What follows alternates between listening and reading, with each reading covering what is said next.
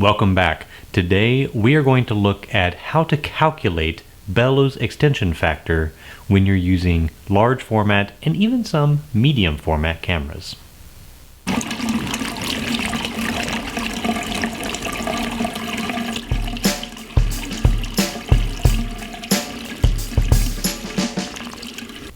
Bellows extension factor is a way to calculate the correction for exposure when you're photographing something very close to the camera. So just to give an overview of what it is, if you're using a camera such as this, a large format, when everything is scrunched together, you're focusing on something very, very far away, the image circle projected towards the back of the camera is only a little bit larger than the film. So most of the light is falling on the film, therefore your exposure is just as your meter calculates.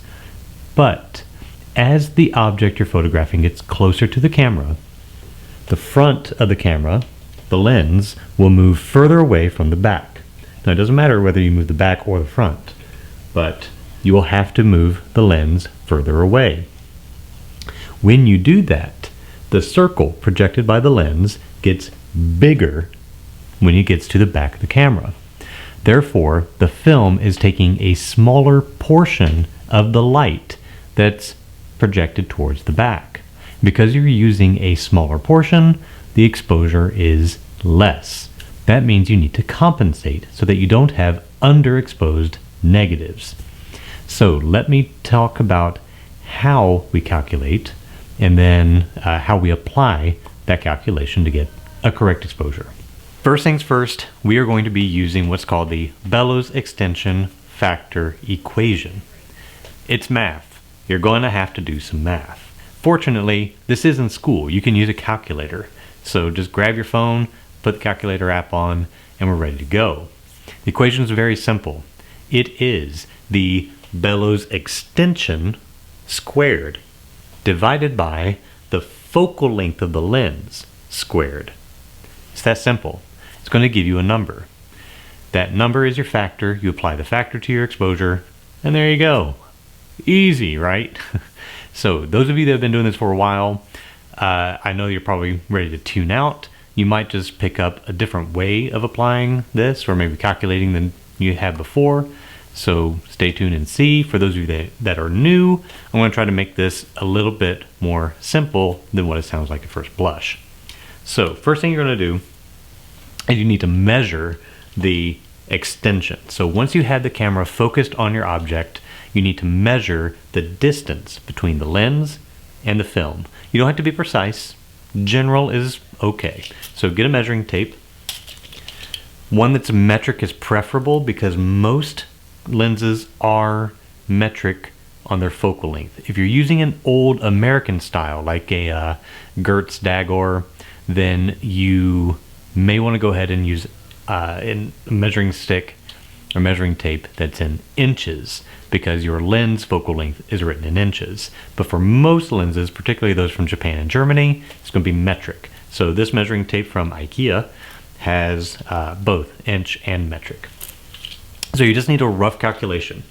So from the film to the front, I've got about 22 centimeters or 220 millimeters.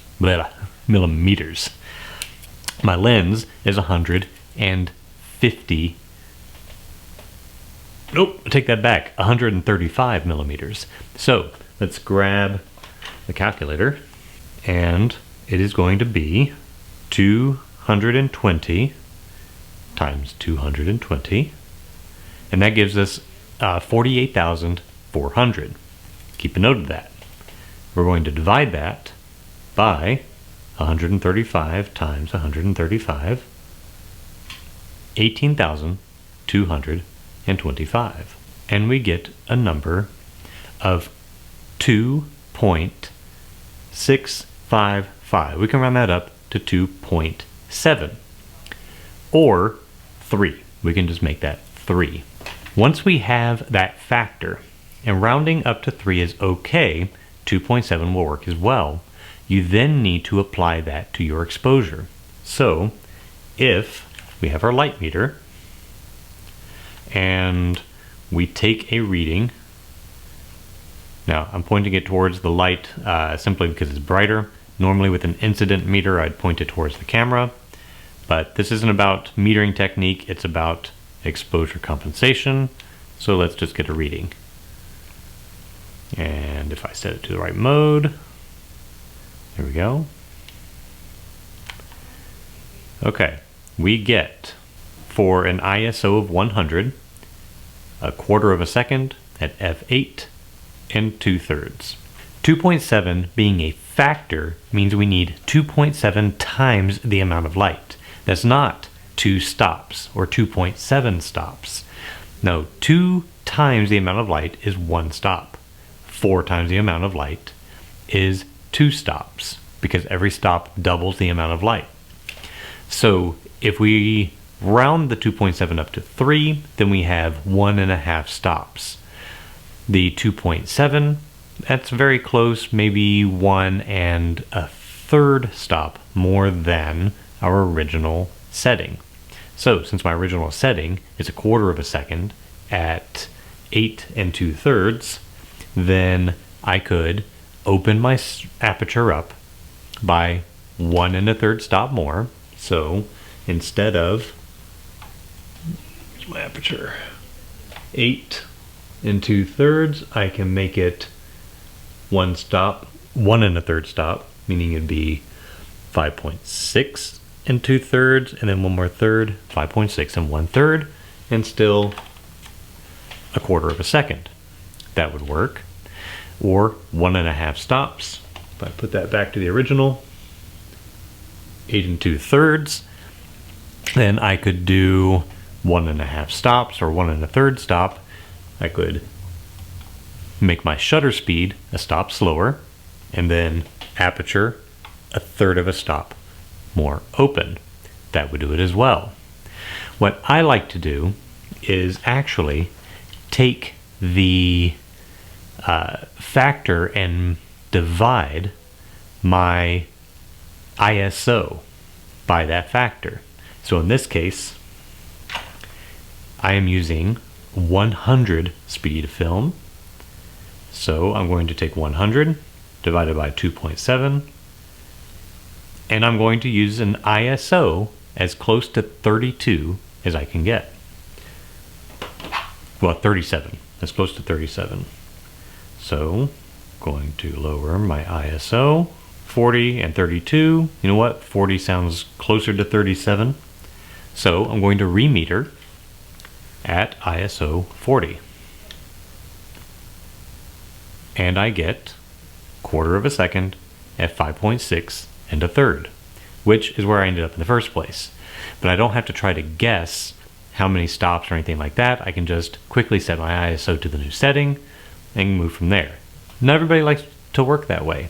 You may choose that the shutter speed is more important to you, in which case, I could easily just change my dial here to show me that it's half a second at 8 1/3, which is what I've got now. Or you can work simply by multiplying or dividing your shutter speed. The aperture is a little bit different because you can't just multiply it by 2. You have to know that a factor of 2 is 1 stop, a factor of 4 is 2 stops, and so on. It's the 2.7s, 3.6, that sort of stuff that starts to get a little weird. So to do that, what I did was made a little chart. So this is my Bellows extension correction chart. I keep it in my camera bag when I take cameras like this out. And all I did was I listed all of my lenses. So 75 millimeter, 120, 135, this is the 135, 150, 210, 240, 300, 360. So when I have a camera like this, with this lens, I measured 220. I have 215 on here, and it's a factor of 2.5. So I will go ahead and just use the closest setting. It doesn't have to be perfectly precise, so I'll use my closest setting, and do my factor 2.5.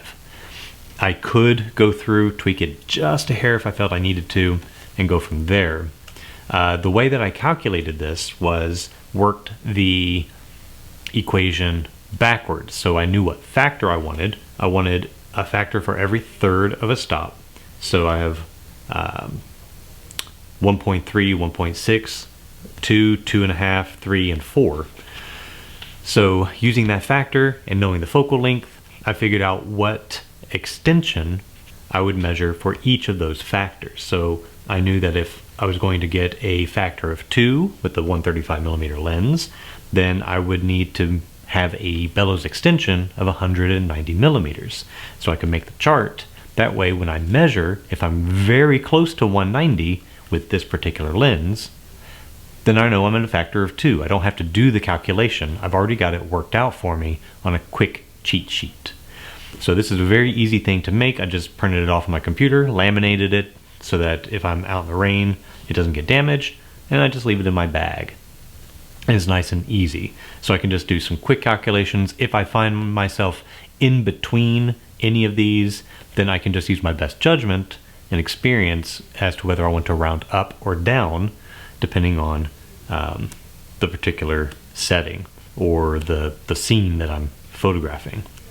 So it's a quick and easy way to do that. Now, when would you need to use a Bellows extension factor? As I said, I've got a third of a stop is the beginning. I do find a third of a stop starts to show on your film. In this case, it's a 135mm lens, so at about 150mm extension. There's not a lot of extension. So that typically is something that's maybe 10 feet or less away from the camera. I'll go ahead and start measuring. If I don't need to use one, then I don't use one. If it's less than a third of a stop from just a regular exposure, there's no reason to do it. But I can quickly measure and see. So being 135, if I measure it and it's, say, 140 for an extension, there's no reason to do that. That's not going to give me enough of a difference to even bother. So that is just a quick little thing about Bellows extension. It's not hard to calculate. Again, it's Bellows extension squared divided by focal length squared. And it gives you a number. Apply that number as a multiplier of your exposure. So quick and easy way to do that. That's how I like to do it. Cheat sheet makes it even easier. So get out there, make some photographs. If you have any trouble, go ahead and shoot me a comment and I'll be more than happy to help you.